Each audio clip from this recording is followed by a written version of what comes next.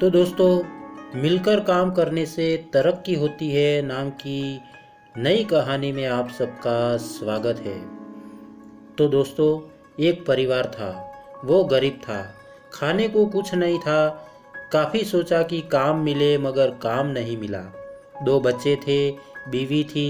एक दिन उन्हें विचार आया कि इस गांव में काम मिलना मुश्किल है, चलो कहीं और चलते हैं। इस इरादे से वे एक दिन गांव छोड़कर चल दिए।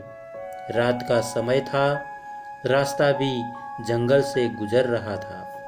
सोचा वृक्ष के नीचे रात गुजारी जाए।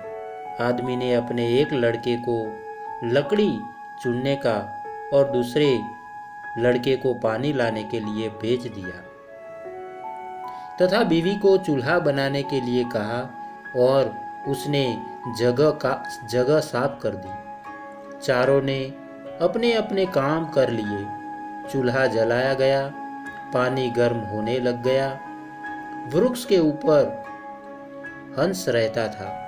वो सोचने लगा, यह कैसा मूर्ख है, इन्होंने चूल्हा तो जला दिया मगर इनके पास पकाने को तो कुछ भी नहीं है।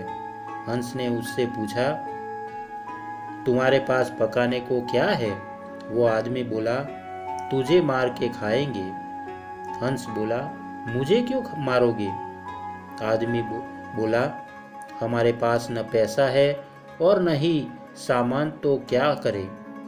हंस सोच में पड़ गया। उन्होंने चूल्हा भी जला दिया है, सब कर्मशील है, मुझे तो यह खा ही जाएंगे। तो हंस बोला, अगर मैं आपको धन दे दूं तो मुझे छोड़ दोगे? घर का स्वामी बोला, हाँ छोड़ देंगे। हंस कहने लगा, मेरे साथ चलो, मैं तुम्हें धन देता हूँ।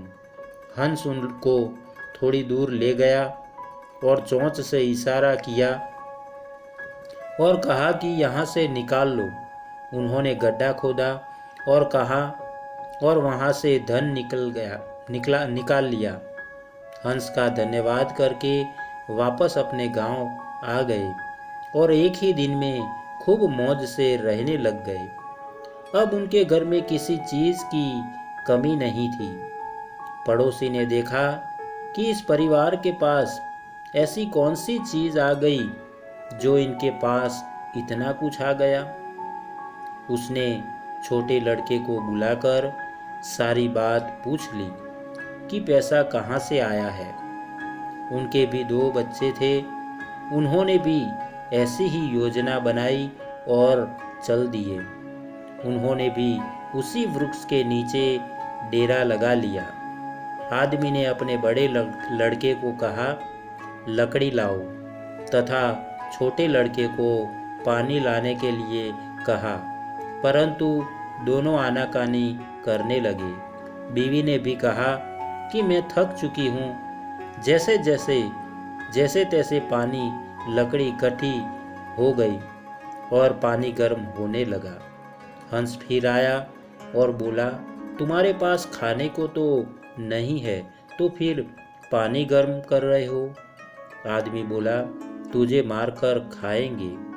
हंस मुस्कुरा उठा और बोला, मारने वाले तो 3 दिन पहले आए थे, तुम अपना समय खराब मत करो। घर जाओ, तुम मुझे क्या मारोगे? तुम तो आपस में ही लड़ रहे हो। जिन्होंने दूसरों को जीतना होता है, वे खुद नहीं लड़ते। संसार का नियम भी ऐसा ही है। जिन लोगों ने तरक्की करनी है, वे मिलकर करते हैं, वो मिलकर चलते हैं और आज भी संसार में उनका ही बोलबाला है। जो आपसी तालमेल में रहते हैं, वे ही समाज रूपी हंस को जीत सकते हैं।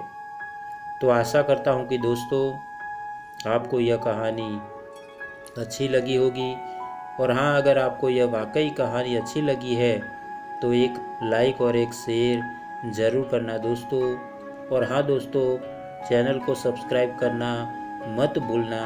आपके प्यार को इसी तरह देते रहना, क्योंकि हम आपके लिए इसी तरह की अच्छी और मनपसंद कहानियाँ लाते रहे। तो दोस्तों आज के लिए इतना ही, फिर मिलेंगे एक और नई कहानी के साथ। तब तक के लिए आप सबको हमारा धन्यवाद। धन्यवाद। जय हिंद।